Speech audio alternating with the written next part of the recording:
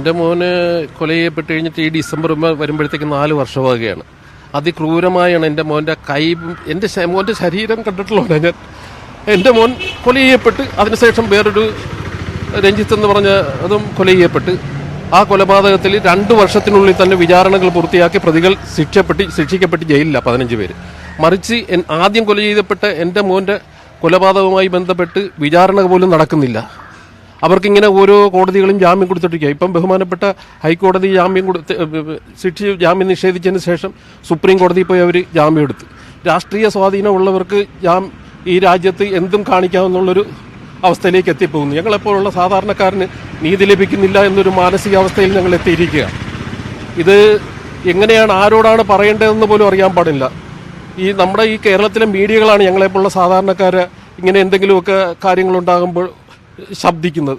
നമുക്കറിയാം, ഈ വയനാട്ടിലെ ആ കൊലപാതകവും ഈ പോലീസുകാരുടെ അക്രമത്തിലുമൊക്കെ കൊല ചെയ്യപ്പെടുന്നവരെ നീതി ലഭിക്കാതെ വരികയാണ് സാധാരണക്കാരന്. നേരെ മറിച്ച് രാഷ്ട്രീയ സ്വാധീനമുള്ളവർക്ക് നീതി അതിവേഗം ലഭിക്കുന്നു. 2 വർഷം കൊണ്ട് 15 പ്രതികളെ വിചാരണ ചെയ്ത് ശിക്ഷിക്കാമെങ്കിൽ 4 വർഷമായിട്ട് എൻ്റെ മോൻ്റെ കേസുമായി ബന്ധപ്പെട്ട് ആരെയും ശിക്ഷിച്ചിട്ടുമില്ല, വിചാരണയും നടക്കുന്നില്ല, പ്രതികൾക്ക് ജാമ്യം കൊടുത്തുകൊണ്ടിരിക്കുന്നു. ബഹുമാനപ്പെട്ട സുപ്രീം കോടതിയാണ് കൊടുത്തിട്ടുള്ളത്. നമുക്കത് കോടതി കൊടുക്കുന്നതിന് നമുക്കൊന്നും പറയാൻ പറ്റത്തില്ല. പക്ഷെ നമുക്ക് നീതി ലഭിക്കണം. ഞങ്ങൾ നല്ലൊരു കടപ്പാടം പോലും ഇല്ലാത്ത സാധാരണ ഒരു രണ്ട് മുറിയും ഒരു അടുക്കളയായിട്ടൊക്കെ ഉള്ള വീട്ടിലാണ് എൻ്റെ മകൻ കഴിയുന്ന. ബാങ്ക് ബാലൻസ് എൻ്റെ മോനില്ല. ഞങ്ങൾക്ക് ഇതുമായിട്ട് പുറകെ നടക്കുവാനുള്ള സ്വാധീനമില്ല, രാഷ്ട്രീയ സ്വാധീനമില്ല. അതിൻ്റെ പേരിൽ ഞങ്ങൾക്ക് നീതി ലഭിക്കാതെ വരുന്നു. അത് വ്യക്തമായ കാര്യമല്ലേ? അത് വ്യക്തമായി മനസ്സിലാകാവുന്ന ഒരു കാര്യമാണ് നമുക്ക് നീതി ലഭിക്കുന്നില്ല എന്നുള്ളത്.